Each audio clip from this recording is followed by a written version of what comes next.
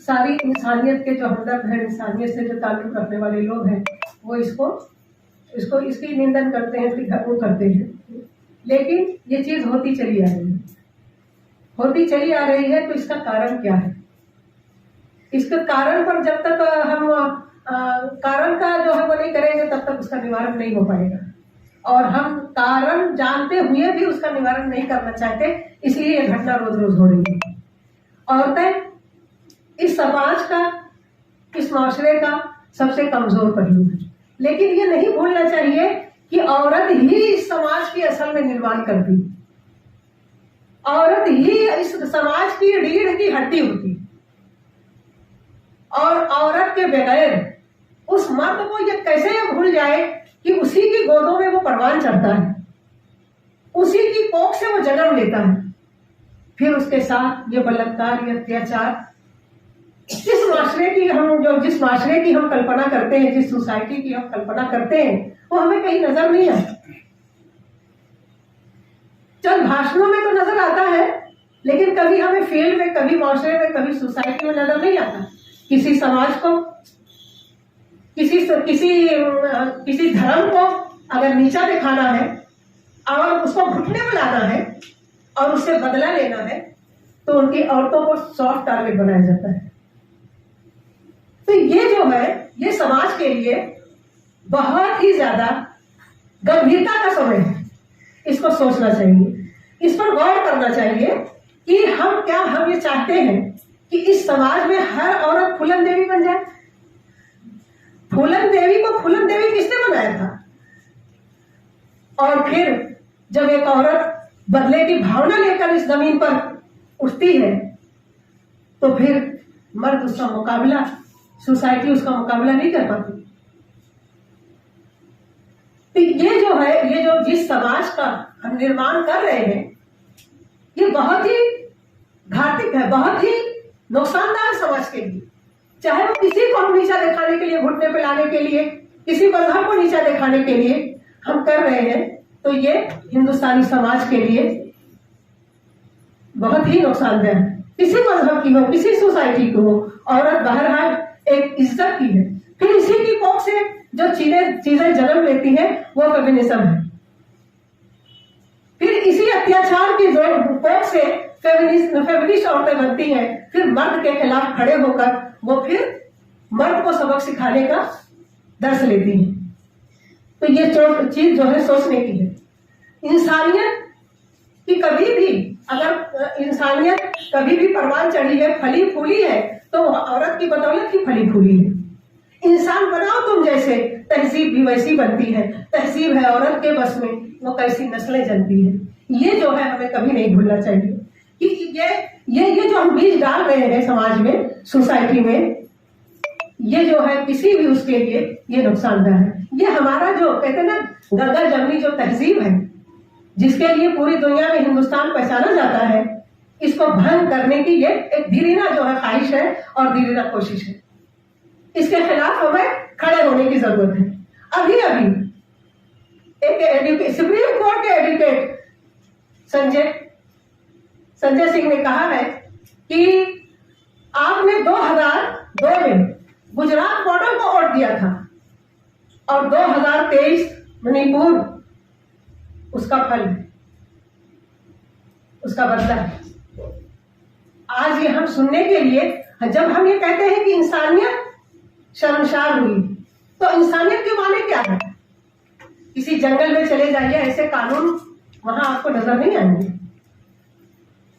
जंगल में भी एक कानून होता है, एक लॉ होता है, जिसका वो जानवर भी पालन करते हैं। बहरहाल औरत एक तो औरत तो है ना।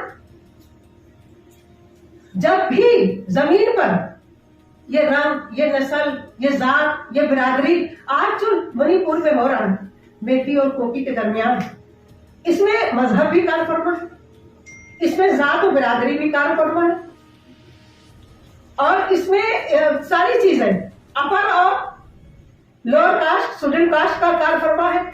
हर चीज इसमें बोल रही है और साफ नजर आ रही है हमको। और साफ नजर आने के बावजूद भी हमारी सरकार खामोश है। जब वाजपेयी जी देखिए ना, आप वहां से देखिए, 2002 के गुजरात फसाद से देखिए। मेरी अभी बहन ने बहुत तफसील से बताया कि आप यहाँ देखिए, यहाँ देखिए, यहाँ देखिए। तो वहां पर जब वाजपेयी जी दौरे पर गए तो उन्होंने मोदी जी से कहा कि राजधर्म का पालन कीजिए। तो मोदी जी ने जवाब क्या दिया था कि मैं राजधर्म का ही पालन कर रहा हूं। अगर इस तरह का समाज का निर्माण मोदी जी की निगाह में राजधर्म निभाना है तो फिर छोड़ दीजिए इस समाज को, उतर जाइए इस गद्दी से, फिर जानवरों और हैवानों को इस देश को चलाने दीजिए। तो ये जो है इसका कारण जो जानना बहुत जरूरी है, और कारण जानने के बाद आंख बंद कर लेना, ये इसका ये अंजाम है जो हम आज देख रहे हैं। आज हाथरस अत्याचार, उन्नाव का अत्याचार, और फिर कठुआ का जो अत्याचार है हम भूले नहीं हैं। वो भी किसी समुदाय के खिलाफ, जात बिरादरी के उस पर, और जो है कमजोर और ताकतवर के दरमियान रचा गया था। हमने उसको जो है अंजाम तक पहुंचाया नहीं, और जालिमों को नेस्तनाबूद नहीं किया। तो आज हम उसका अंजाम यहाँ देख रहे हैं।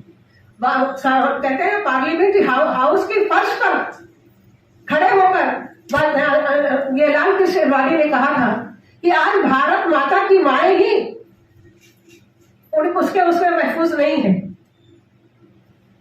मैं तो ये चाहता हूं कि ऐसे उसके लिए सजाए मौत की सजा होनी चाहिए, और जहां पर ये सजाए मौत की सजा चल रही है, जारी है, वहां पर ऐसी घटना आपको साजोनादिर ही देखने में मिलेगी।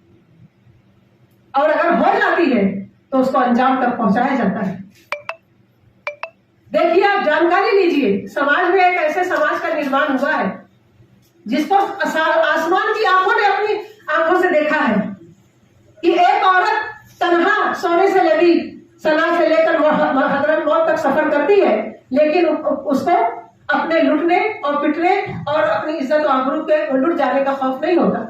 तो ऐसे समाज के निर्माण जिसकी हम कल्पना कर रहे हैं वो कब करेंगे? उसका वक्त कब आएगा? कोई वक्त तो होना चाहिए ना। आज करेंगे, कल करेंगे, परसों करेंगे, कोई वक्त तो होना चाहिए।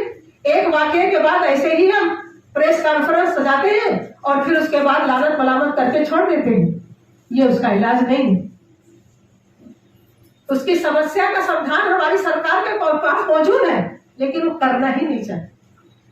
इससे पहले इस दंगा यहां तक पहुंचे, इससे पहले हमारे मुल्क का गृह मंत्री जो बहुत ताकत रखता है वहां का दौरा कर चुका था।